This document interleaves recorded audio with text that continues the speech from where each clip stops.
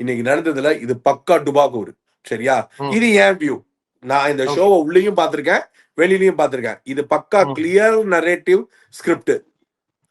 அதாவது பக்கா ஸ்கிரிப்ட். என்னன்னா இந்த கேமை பொறுத்த வரைக்கும் இப்படித்தான் பேசணும்னு முதல்லயே சொல்லி இவனுங்களுக்கு இவங்க இந்த வைல்ட் கார்டுல உள்ள அமைச்சிருக்கானுங்க.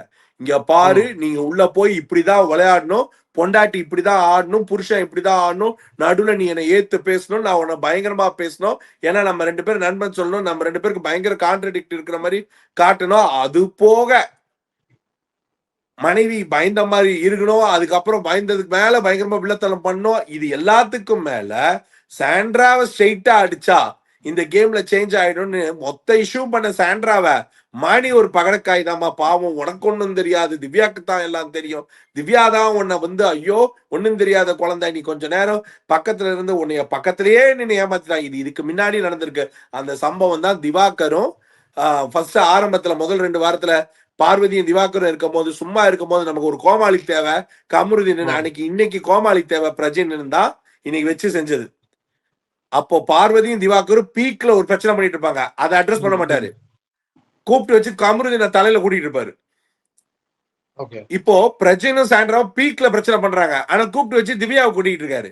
நான் திவ்யா ஒண்ணுமே பண்ணலன்னு சொல்ல, ஆனா இந்த இடத்துல திவ்யாவை அட்ரஸ் பண்ணாத ஸ்மார்ட்னஸ் இருக்குல்ல, அதுதான் புத்திசாலித்தனம்ன்றாங்க. இதுதான் மேக்கர்ஸ் கால்ன்றது. சாண்ட்ராவை சீண்டாதீங்க, சாண்ட்ராவை அப்படியே அது போக்குலயே கேம் விளையாட விடுங்க.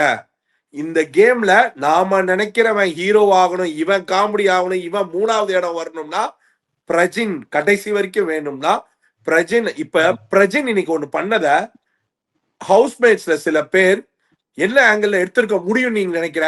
ஹவுஸ்மேட்ஸ்க்கு என்ன தெரியுமா ஆயிருக்கும், அவ்வளவு ஈஸியா பிரஜின் கிட்ட வச்சுக்க வேணாம் தான் தோணும். ஏன்னா அவன் ஸ்டேஜ்லயே விஜய் சேதுபதியா வேற லெவல்ல தான் கேக்குறான். ஈக்குவலா சண்டை போடுறாருயா. ஆமா, பின்ன வேற யார்? இப்ப இதுக்கு முன்னாடி வேற யாருமா, திவ்யா நீ அவ்வளவு பேசக்கூடாதுமா, உட்காருமா அப்படின்னு சொல்ல முடிஞ்ச அவரால விஜய் சேதுபதியால அவர் இவரை பேச முடியல அப்படின்றது பேச முடியலன்னா இல்ல, இது பக்கா ஸ்கெட்ச்.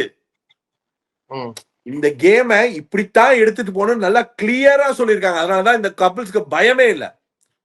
இல்ல சார், நீங்க சொன்ன ஒரு பாயிண்ட், அதாவது இப்போ திவ்யா மேல எல்லாருக்கும் தப்பு சொல்லிட்டு சாண்ட்ரா சொன்னது வந்து அக்செப்ட் பண்ணிக்கிறேன் சார். ஏன்னா எனக்குமே அங்க ஃபீல் ஆச்சு, 2 பேரும் ஈக்குவலா தானே பண்ணாங்க. அது என்ன திவ்யா மேல தப்பு சொல்லிட்டு சாண்ட்ரா என்னமோ சைட்ல கூட இருந்து அவங்களோட கேம் என்னமோ ஸ்பாயில் ஆயிட்ட மாதிரி அவங்களை பேம்பர் பண்ற மாதிரி தான் அது இருந்துச்சு. பட் சாண்ட்ராவோட எமோஷன்லாம் ட்ரூவா தானே சார் இருந்தது. பிரஜின் இது பண்ணது என்ன எமோஷனு? நேஷனல் மீடியா ஷோல ஃப்ரை பண்ற ஆங்கிள் கரெக்டான ஃப்ரை. அந்த பொண்ணு இதுக்கு முன்னாடியே ஒரு எமோஷன் ரொம்ப நேச்சுரலா தானே இருந்தது. ஐயோ அச்சா நீ பண்ணதை பார்த்து ஞான் பயந்து அப்படின்னு அழுதுது, அது கூட தான் எமோஷனு. பா இந்த இந்த இந்த இந்த இந்த சப்பாத்தி மாவுல கையில எண்ணெய படாம தடவுற கதையெல்லாம் கதை கிடையாது. இது இது பக்கா டுபாகூர் தனம். இது ஆக்சுவலா என்னன்னா அவங்க என்ன செட் பண்றாங்கன்னா, சாண்ட்ரா பிரச்சனை புத்திசாலித்தனமா அவங்க காயின் நகர்த்த வைக்கிறாங்க. இவங்க உள்ளுக்குள்ள வந்து பண்ற எல்லா குருமாவும் வெள்ள தெரியுது, அதெல்லாம் இவங்களால ஒண்ணும் மறைக்க முடியாது. ஆனா இவங்க 2 பேருக்கு இருக்க ஸ்ட்ராங்கஸ்ட் தாட் ப்ராசஸ் எல்லாம் நம்ம ஈஸியா வெளில போக மாட்டோம்ன்றது அவங்களுக்கு நல்லா தெரியுது. அதுக்கப்புறம் இவங்களை வச்சுதான் பிளேயை நகர்த்தணும்னு அந்த பிளேயை அவங்க ரொம்ப தெளிவா நகர்த்துறாங்க. அதனாலதான் ஃபர்ஸ்ட் ஆரம்பிச்ச வேகத்துல இந்த ஷோல ரொம்ப மிக கவனமா திவாகர் பார்வதினாலதான் ஷோ நகருது. இவங்க 2 பேரையும் வேகமா ஆக்சலரேட் பண்ணி இந்த மாதிரி ஏதாவது ஒண்ணு தொட்டா அதுல நல்லா கேம் ஆடிட்டு இருக்க பார்வதியோட கேம் மாறிடும்னு திவாகர் மாதிரியான ஆள் கிட்டக்க பெருசா சென்சிபிளான கேள்விகளை த்ரோ பண்ண முடியாதுன்னு கமருதீனை மட்டுமே கார்னர் பண்ணி வச்சாங்க. முதல் 2 வாரத்துக்கெல்லாம் கமருதீனால எழுதிக்கவே முடியல. திவ்யாக்கு கிட்டத்தட்ட இதே நிலைமை தான். இன்னைக்கு திவ்யா வந்து போகாம இருந்ததுக்கு திவ்யாவுடைய காரணம் உண்மையோ பொய்யோ நாங்க உண்மையதான் நம்பிட்டோம் அப்படின்னு சொல்லி கொண்டு போற திவ்யாக்கு தான் உடம்பு சரியில்லைன்னு ஆச்சு. சாண்ட்ரா கிட்ட ஏன் கேள்வி கேட்கணும்? சாண்ட்ரா கிட்டயே அதே அப்ரோச்சை மெயின்டைன் பண்ணலாமே. ஏமா உனக்கு கூப்பிட்டா உனக்கு ஒரு வேலையை செய்ய வக்கில்லன்னு ஏன் விஜய் சேதுபதி சாருக்கு சாண்ட்ராவை பத்தி சொல்லி தெரியாதா? இல்ல ஒருவேளை பிரஜின் கோச்சு பாருன்னு விட்டுட்டாரு. திவ்யா வீட்டுல எல்லாம் அப்பா அம்மா கிடையாதா? ஐயோ பிரஜின் நீங்க கோபப்படாதீங்க, நீங்க டென்ஷன் ஆகாதீங்க. அவர் டென்ஷனே ஆகட்டுங்க, அவங்க வீட்டுக்காரமா பக்கத்து ஷோல இருந்தா டென்ஷன் ஆகதான் செய்வாரு. நான் என்ன கேக்குறேன், ஒரு தடவை சொல்லிடுங்களேன் சாண்ட்ராக்கு என்ன வக்கில்ல என்ன உங்களுக்கு, ஏன்னா அந்த வக்கை யூஸ் பண்றதுன்னு முடிவு பண்ணிட்டீங்க. அது என்னங்க திவ்யாக்கு மட்டும் ஓர வச்சுன? அங்க 2மே 1ஆம் நம்பர் அக்யூஸ்ட் A1 A2 இதுங்க 2 தான். கிளியரா தெரிஞ்சு போச்சு.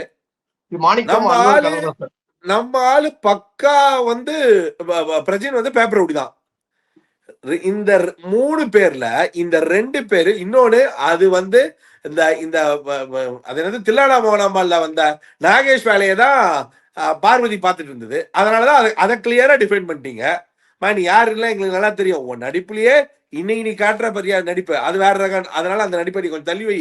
ஆக்சுவலா என்னன்னா, நீ 5 வாரம் போட்டதை இந்த பொண்ணு ஒரு வாரத்துல அப்ளோம் ஆக்கிடுச்சு.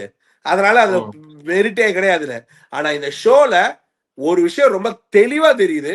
இவங்க வந்து சாண்ட்ரா பிரச்சனை வந்து இந்த ஷோக்குள்ள சாண்ட்ராவுடைய மூவ்ல இவ்வளவு ஸ்ட்ராங்கான பிக் பாஸ் கண்ணை மூடிட்ட அந்த ஒரு மேட்டரை கேள்வி கேட்கிற திவ்யா வேலை செய்யாததும், பிக் பாஸே கேள்வி கேட்காத சாண்ட்ராவையும் ஒரே மாதிரிதான் ஹேண்டில் பண்ணாரா?